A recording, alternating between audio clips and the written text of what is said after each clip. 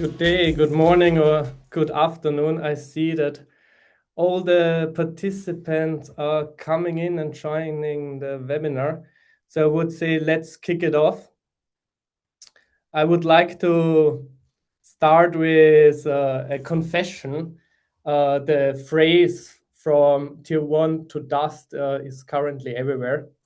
Vendors sell it, consultants recommend it, and I see it in RFP from procurement teams. But the confession is that actually from tier 1 to dust is an illusion, and that's also the title of our today webinar is Breaking the Transparency Illusion.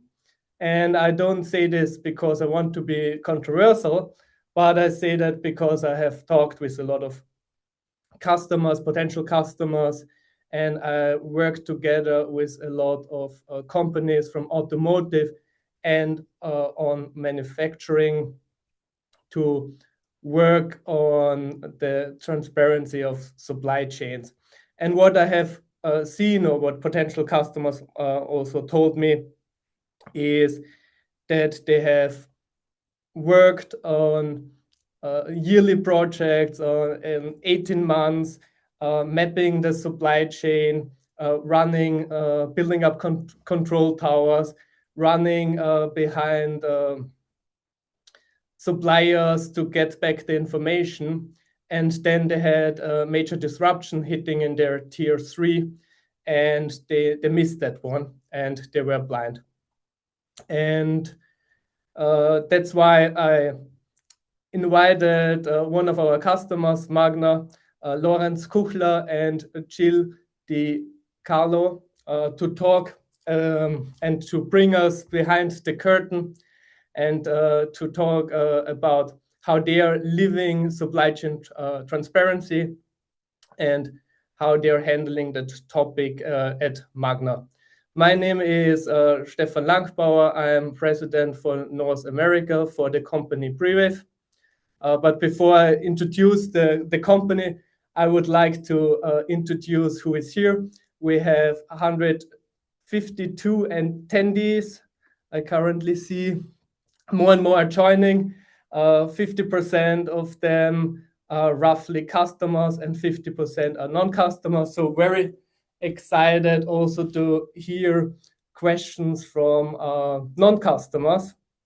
I've seen that we have 21 countries, so very international. Majority is coming from United States and Europe. Very happy to see that, but also some from Japan joining. Very nice, and we are more than 10 industry joining today. I would like to start to give a definition what we mean when we talk about transparency, supply chain transparency. So that is usually looking into the supply chain beyond tier 1 and to focus on choke points and line down risks, and to get an actionable intelligence about where the risk is in the deeper supply chain.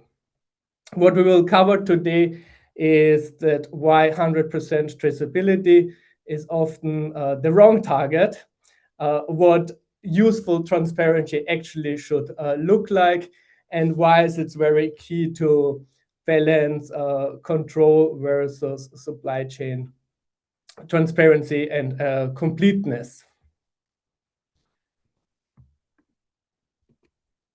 So quick introduction of Prewave. Prewave is a leading supply chain risk management software provider. We have customers from automotive, manufacturing, infrastructure and defense. Some of our reference customers are shown on the slide.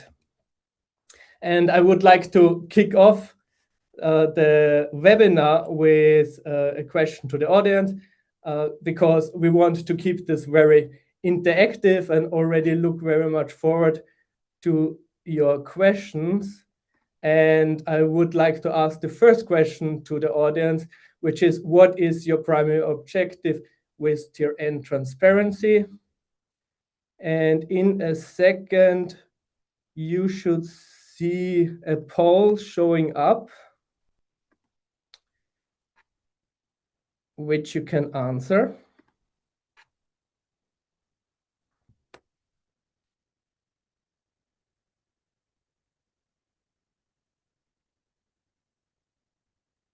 See the answers coming in.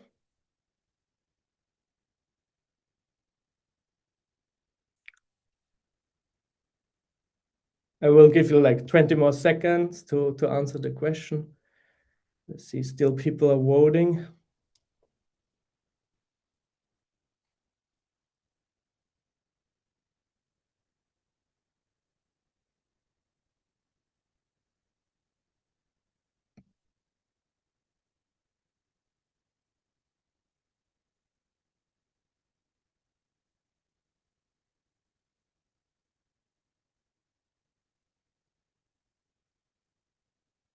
So already see a clear picture that most of you are demanding supply chain transparency to reduce dependency and prevent disruption when they occur, and to respond faster when disruptions occur. And the third one is to meet regulatory compliance and due diligence requirements. I'm very happy that I see that the resilience use cases, proactive and reactive, are coming slightly before compliance, because what I also have seen in the past is that when systems are poorly built to meet the compliance needs and to meet the needs of auditors, that often goes besides the target. And then you're just building supply chain transparency for the sake of meeting auditor requirements, but you're not building it to actually control risks. And with this, I will move to the next question, which is for the majority of your revenue, how far upstream can you usually see today? Let me share that second question. So poll is open.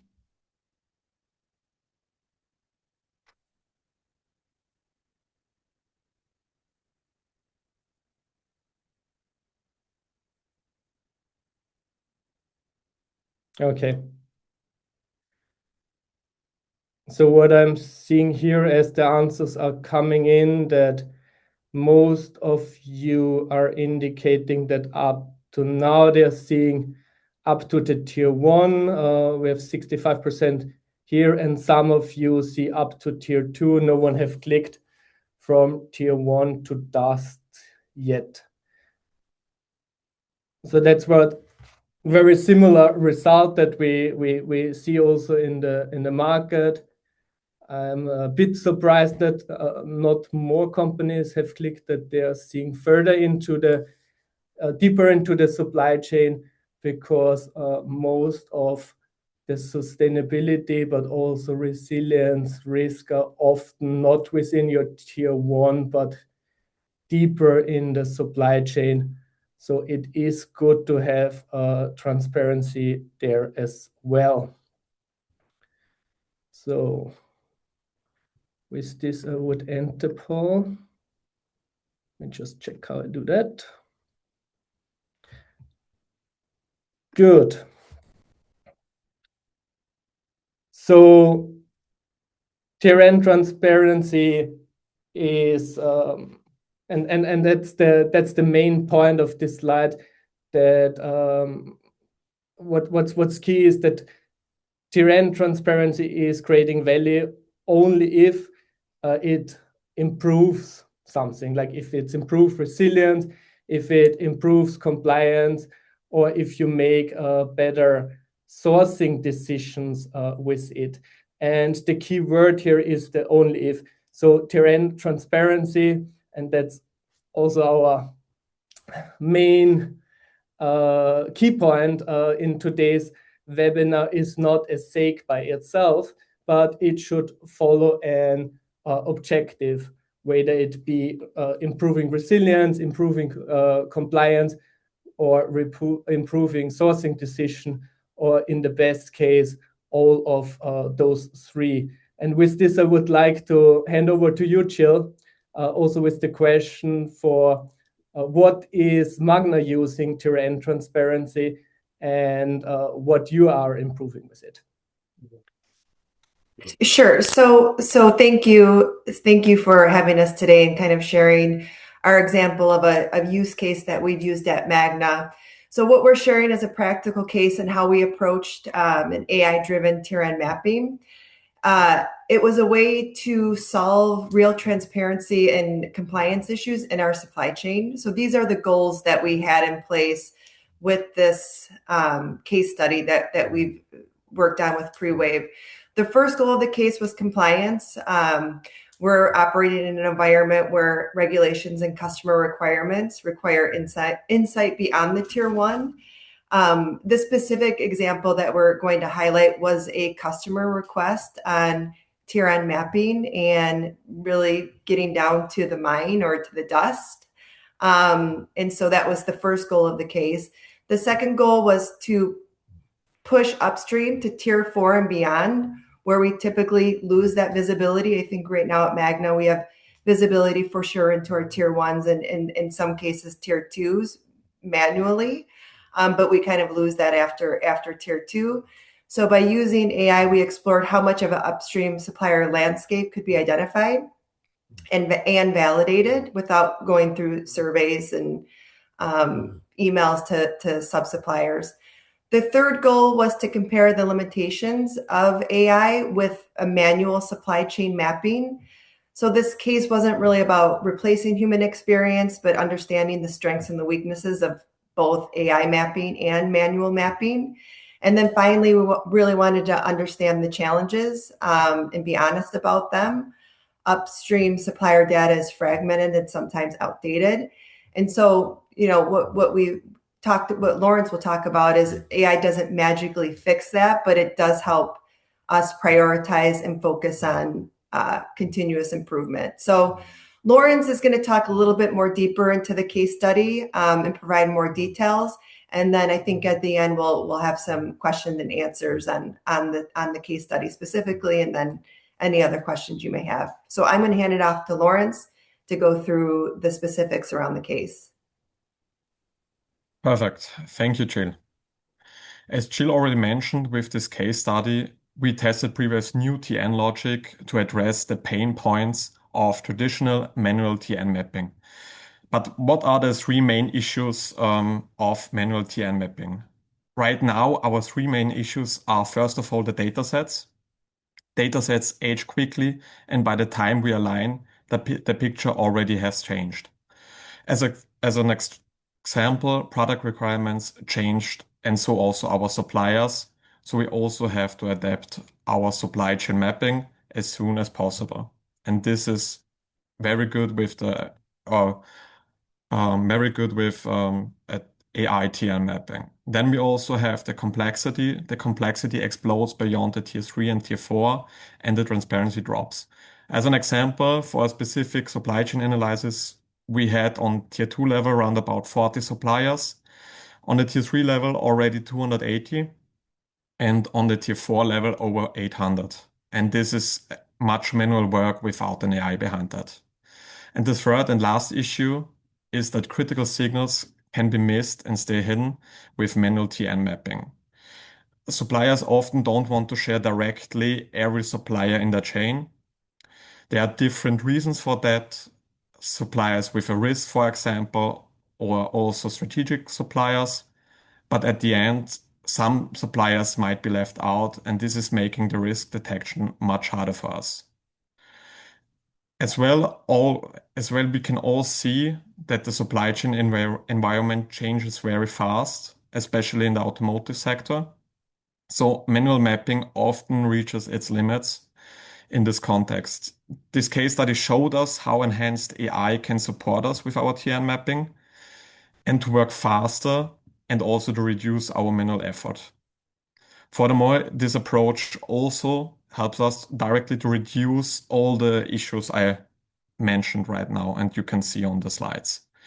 So how did we approach this case study? To take this into practice, we used our bill of materials as an anchor for this case study. We shared our part numbers and supplier details with Prewave, and they linked it with customs data they have, media data, and also its prediction engine directly to our part numbers and to our suppliers.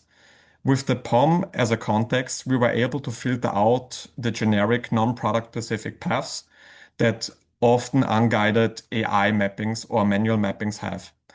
The problem here for the standard AI TN mappings are that the paths are usually unrealistic and they need much more manual cleanup.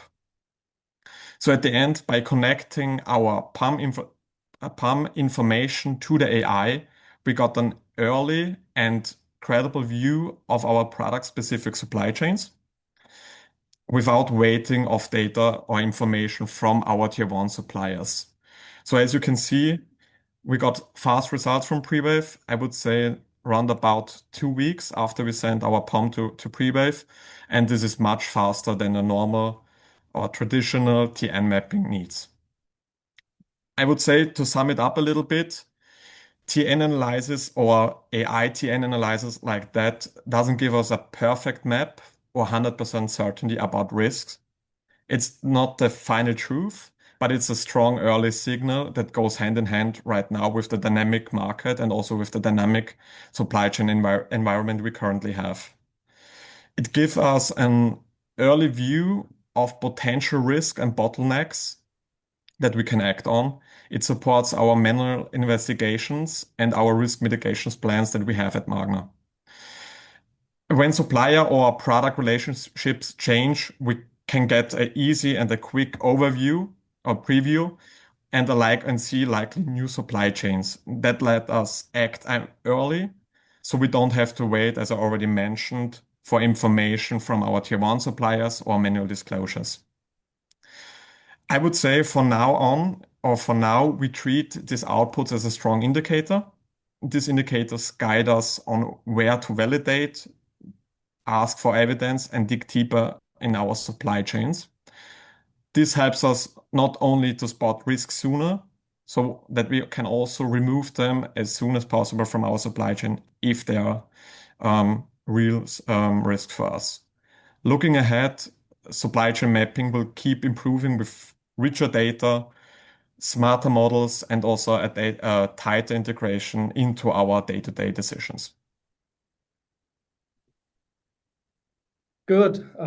Thank you very much, Lawrence. And with this, I promise that it won't be like just a frontal presentation, but we want to make it as interactive as possible. And we actually want to use the opportunity that you can ask your questions and can also maybe challenge, clarify, or compare from your own experience. So with this, I would like to open the question round. You should be able to see, I see already first questions coming in. That's good. So there is a Q&A function at Zoom, which you will be able to see in the down menu. And here you can ask questions to me or to Magna. Please also let me know if you want to direct your question specifically to a person. Otherwise, just we will coordinate who will answer that. So I see first question is directed to you, Lawrence. It's about, I will just read it. How do you get tier 2 and tier 3 suppliers to actually share data? Our tier 1s already push back on questionnaires. Lawrence, I think you're still muted. To get this information, we are using Prewave. So we are using our current TN mapping with Prewave to get this information on the tier 2, tier 3, up to the tier 4 level. And then we have to evaluate this data and verify it. But we can also use it then, as you already mentioned, that you had some problems on the tier 1 level, to reach out and communicate with our tier 1 suppliers with some data sets that we already got through Prewave. So you have to verify this data, but first of all, we get this data out of Prewave, and the next step is the verification. Okay. And how are you like deciding on which data points to verify and which not, and where you are trusting the trade data? It all always depends on which TN mapping we are getting out of Prewave. So, for example, if we are doing for a specific sanction topic, a TN mapping, we directly see that all connections could have a problem. We have to clean up first of all the data right now for some connections that are unrealistic. But now with the case study, we already saw that Prewave is already cleaning this up for us. So this is the first step. And after that, we identify, first of all, where are the highest risk for us, and also are some suppliers are affected with a high revenue, or also with a high importance for us as Magna. Okay. How do you keep it current? Every mapping exercise we have done goes stale within months. So maybe I just say a word to that. So that's exactly what Lawrence mentioned before, that the bombs are changing, suppliers are changing. So it's very important to have here a dynamic setup and not rely on static mappings, because as soon as you're doing that static mapping, it's not up to date anymore. Jill, Lawrence, you want to add something to that? No, that's perfect. Okay. How long does it take to get a first usable result? Our last mapping project ran 18 months and we still don't trust the output. I would say this depends on the amount of suppliers you would like to check, first of all, and which kind of tier N mapping you need. For this case study, we waited approximately 2 weeks to get the results, and we had round about 25 suppliers, direct tier 1 suppliers in this case. But for our current usual tier N mappings in Prewave, we can directly see the connections in the tool. But if we need some additional things, like, for example, an Excel file with some additional information of the supply chains, it's also up to 2 weeks. Yeah, I would just add to that. I mean, this specific case study was one assembly. It was one assembly with 25 tier one. So it wasn't a huge scope. But we have had scopes where we had Prewave map out an entire plant, and that took a little bit longer.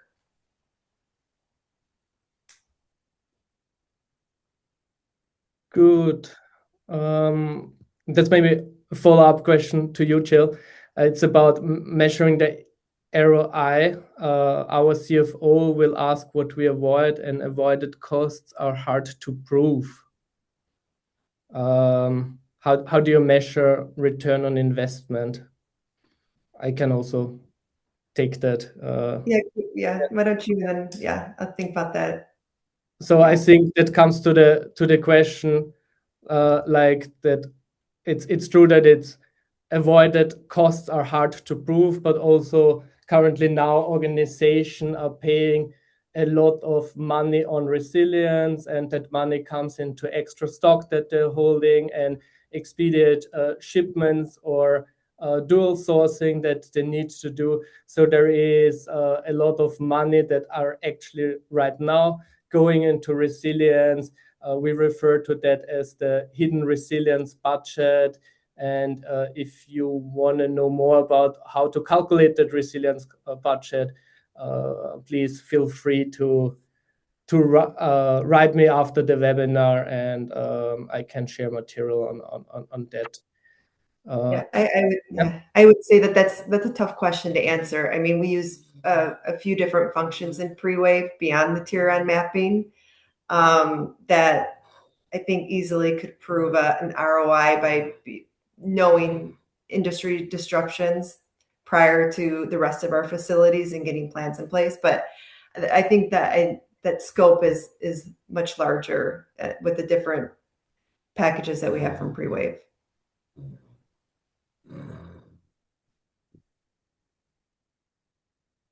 Thank you. Yeah, the one question was if the video recording will be available. Yes, the video recording will be available. We upload our webinars on usually published then on YouTube, and then the video recording will be sent to the attendees, so you will be able to watch it again. What is the severity actions you are actually doing for a tier 3 disruption? For the tier 3 disruption, if we identify the disruption on the tier 3 level, we first of all reach out to our tier 1 suppliers and inform them that they could have a risk in the supply chain, and they have to work with us together and see if this could have an effect on Magna or its plans. Exactly. And the key is, so I had recently same discussion with an OEM on a workshop we had in Berlin, and that was a big point, and the value is to first figure out that there is even a disruption, or if there is a major event. So for instance, we wrote a case study that's also publicly available with the same OEM about the Baltimore Bridge.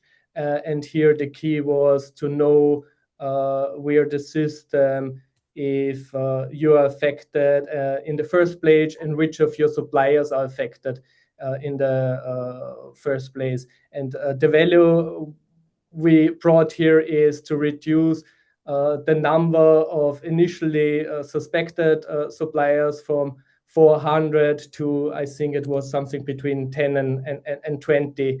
And that's quite huge benefit to when it comes to faster time to react, that then you don't have to contact all the 400 suppliers, but you can narrow it down to the ones where you have indication that they are affected, which then improves your time to resolution and time to respond to those suppliers.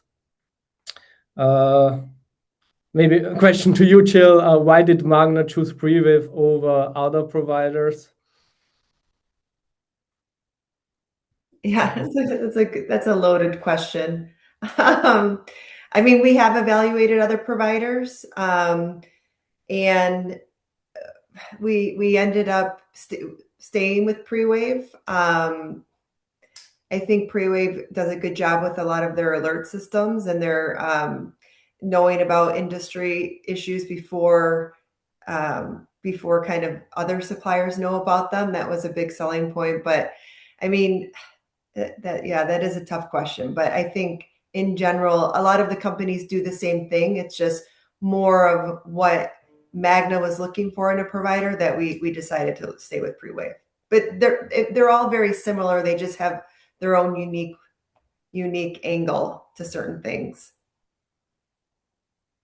Lorenz, would you like to add something to that? Yeah, I think a strong point over the last three years was that Prewave is hearing our ideas and also integrating it into different products. So we had so many different ideas and talked together with Prewave about it, and many of them were integrated into the tool. So it's tailored to some needs that we need. So I think this was also a strong point about our partnership together over the last 3 years, that you also hear our pain points and also do something about it. Thanks very much for the compliment. Very, very good partnership, and this is you also joining for the webinar, so thank you very much for that. Good. Going on to the next question. Could you please give a rough indication of accuracy of the AI-empowered end-tier information alerting as first tiers and beyond are not sharing the BOM, and first tiers is delivering potentially to other industry with different n-tier structures. So it's about going deeper into the supply chain because the first tiers are not sharing the BOM. Yeah, I can also take that question, but feel free, Lawrence, to comment on it.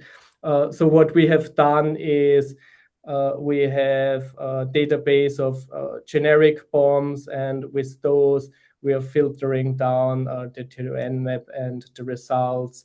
So there is a default when the tier ones are not willing to share the BOM and the data is not available. Then there is this default option to filter that with generic information that we have in our database, and that's what we have done also in this case study. Yeah, and the idea of this case study was to identify our risks for the specific part. So it was also easy to clean up some different supply chains that are not relevant for this specific case. Correct. Yeah. A lot of questions. So next one is maybe we will not be able to answer all of them, but I would like to get some answered more, if that's okay. How is Prewave helping Magna improve the deeper supplier map, or does Magna have to clean this data up on their own? I'm now using Prewave since 3 years, and I'm using also the TN solution, TN mapping solution from Prewave, as I think around about 2 years, and improved very well. So there are some improvements so I don't have to filter every information in detail, and especially for that case study, we saw that we don't have to clean up any data on the category side for products. But for our normal TN mapping, we are using or filter out some companies that are unrealistic or generic, and doesn't appear normally in our supply chain. Yeah, and I can only reflect back on that. It is a complex problem. We are working on it with Magna and many other customers, and there are often things that have to be fine tuned and corrected, and often data is messy coming in as well in the first place, so that you have to do these certain cleanups in the beginning. And also when it comes to the technology of supply chain mapping, this is also constant development. Also AI technology is improving a lot, so there are things now possible that haven't been possible in the before. So yes, it's a constant development, and yeah, so the solution is improving for customers specifically and generically. How does Prewave find out about tier N suppliers of my concrete products, especially if tier N1 buys from several different tier N sub-suppliers? How does Prewave find out about tier N suppliers of my concrete products, especially if tier N1 buys from several different tier N sub-suppliers?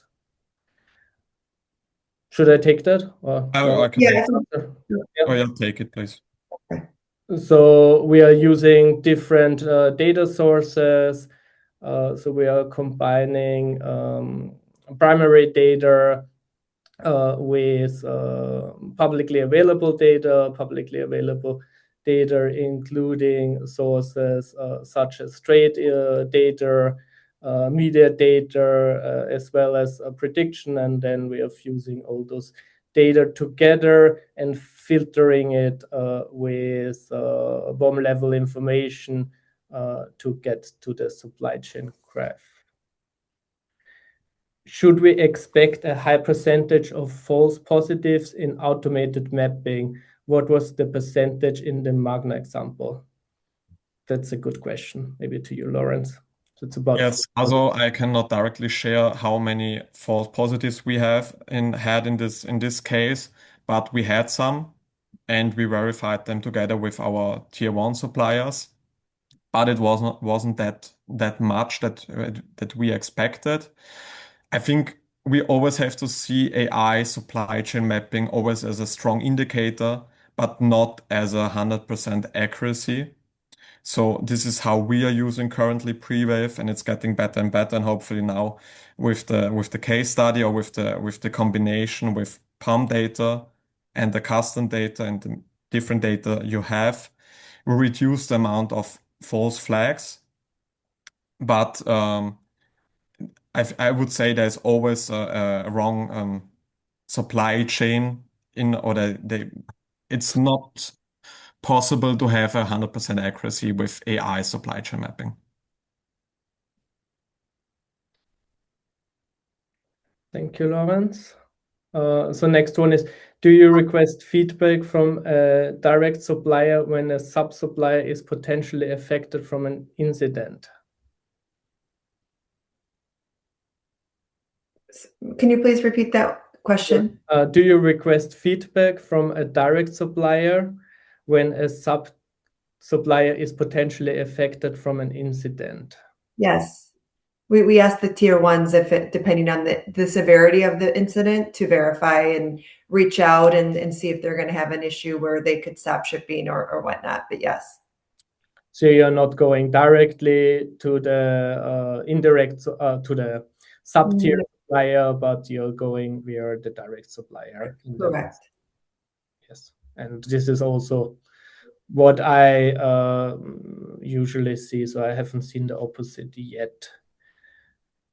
Except in cases, there are some exception cases where there is direct sourcing, but then there is a contractual relationship between the end source, but that's like more the exception, not the rule. Correct, Jill? I mean, yeah, I would say, we buy a lot of semiconductors direct, and a lot of semiconductors go directly into our tiers. And, when there's a semiconductor issue, we kind of talk about it as one issue, but depending if it goes to Magna or the tiers. But I think that those are cases where they're not as large scale as some of the other ones where we just go directly to our tiers. But yeah. Mm-hmm. So there is probably also some strategic components that you source where you have a greater visibility and greater control of the supply chain versus other components. Yeah. Good. Next one. Did you exclude site group mapping? That's a very Prewave specific question using our terminology. Lawrence, can you comment on that? Did you exclude site group mapping or did you include it? It's very Prewave technically for the non-Prewave users. Yeah, right now we're also using the site group information for our TN mapping. The reason for that is that there are potentially some hidden custom or some hidden supply chains that we can not see because there's no customs data behind that, especially if there are some connections between some companies in a country or in a specific region like the European Union. And this is the reason why we also use the TN mapping on a site group level in Prewave. Good. Let's do like 4 more questions and then I will wrap it up. I think we won't be able to answer all the questions today. I'm sorry for that. But feel free if there is any questions left, send them to me via email and then I can follow up on them together with Magna. But thank you for so many questions. So I will do 4 more. Good. Next one is question to Magna. How do you act with tier 3 generic events that is impacting everyone, like the Middle East crisis? I think this is a similar question, like other one that we already got. What we are doing in these cases is to check which potential tier 1 suppliers are affected by this event, or which tier 1 suppliers has this risk on the tier 2 or tier 3 level, and then work together with them and see if they are really directly affected by this, or if they are affected on the supply chain level. And this is the first step to see if there's a risk for us or not, and then there are different steps we can take to minimize this risk.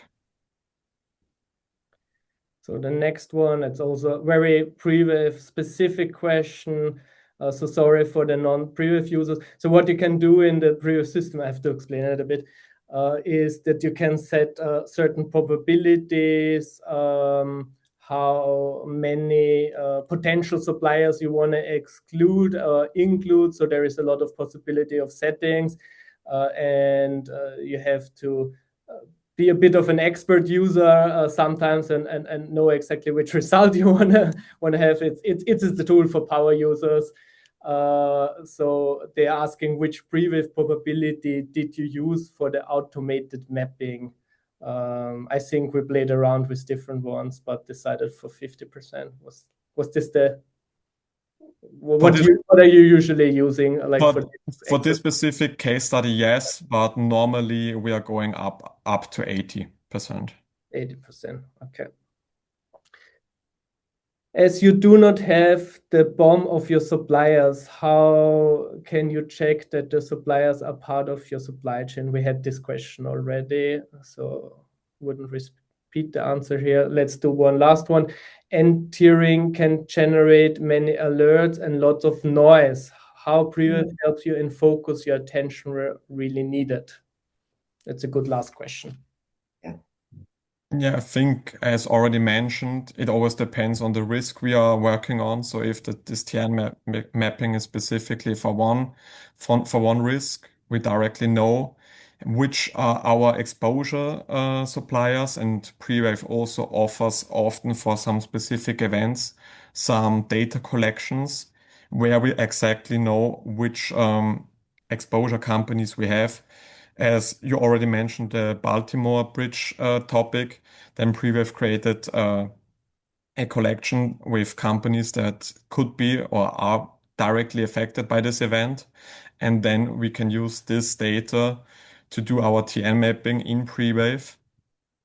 Can also set some filters like I already mentioned, the category filter for some specific products, and then then we can reduce the noise that we have normally without all these filter settings that we have in Prewave. Thanks very much, Lawrence, for the detailed answer. I see one more interesting question to you, Jill. Maybe you can give some guidance on that, because I think it would be interesting to know for the audience. They're asking about organizational question, who owns and tiering risk management? Is it category leaders or TPRM team? If it's TPRM team, how many headcounts, maybe a ballpark you have in that team? Yeah, so the risk management is owned by Magna Corporate, so my team, and the category teams for sure own risk as well. But as far as the mapping and the intelligence and the alerting, that's owned by my team. My team has for risk management and intelligence 3 people, and then we also have a financial group under me that also manages the financial risk of suppliers. But it's really 3 people on my team that manage the risk at Magna. And then each of the groups at Magna have some risk leads there as well. And then, of course, you need a lot of automation and good systems to manage that. Yeah. Good. Thank you very much, Jill and Lawrence, for answering the many questions. And I'm sorry that we cannot answer all the question. I think we would sit until the end of the day, but thank you very much for so many questions as well. And please, yeah, feel free to write me, and I will try to manage to answer together with Magna as many questions as possible.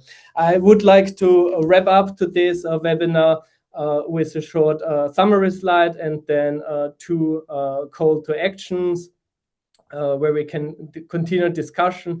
So regarding summary, so my main message for today, or our main message for today, is that the real challenge is not to draw a supply chain map once, but to have a living control system and get the transparency where it actually matters. So why we see that static maps fails is because maps go stale as supplier routes and BOMs change constantly. The complexity rises with deeper tiers and alternatives and multi-sourcing, and completeness alone does not improve decision making. And that's why our guidance is to choose transparency where actually it helps and provides value. So to have a continuous multi-tier monitoring and focus on parts and materials that matter most, and only go more specific where the impact is higher. And overall, the conclusion is that control beats completeness. So it's not about boiling the ocean and mapping for the sake of mapping, because in the end, you will invest a lot of money, but you won't profit from it.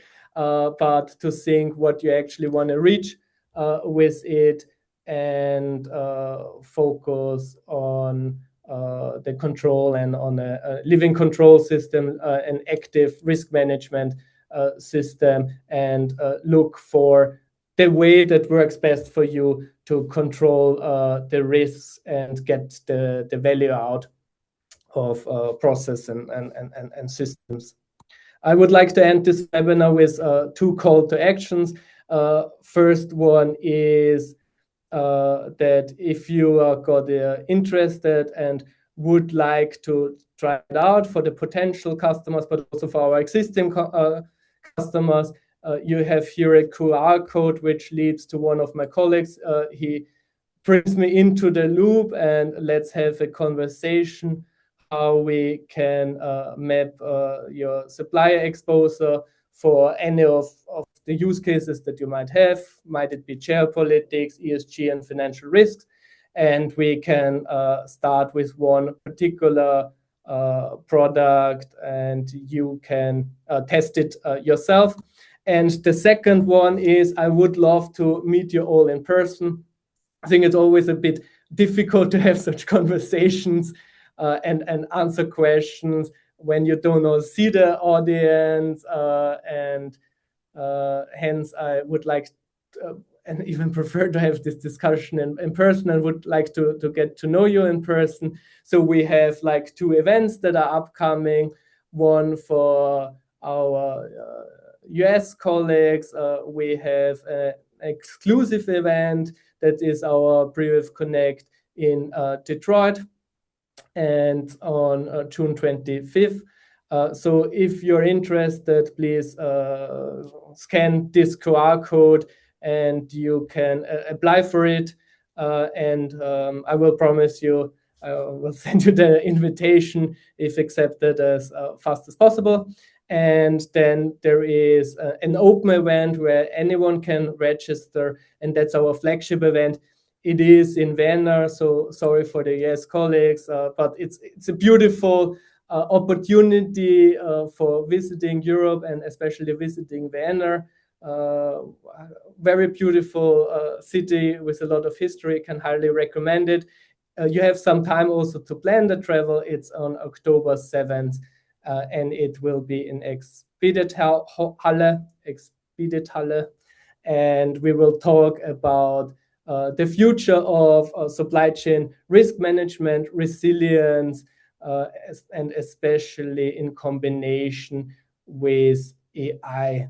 And there will be a lot of showcases and demos and a very lively discussion. So the flagship event will be more, a trade fair as you use it, with a lot of presentation, and the exclusive event in Detroit will be more an open and very honest discussion between supply chain leaders and experts, and a very living exchange. We had a similar event shortly ago, like just last week in Berlin and in Stuttgart, and it was really great discussion, so can highly recommend that one. With this, I would like to thank once more Jill and Lawrence for joining today's webinar. Thank you very, very much, and thanks once more for all the excellent questions. And with these words, I would wish you all a good day or a good night to the ones from Europe, and see you next time, I hope. And I hope to see you in person in Detroit right there. Bye-bye.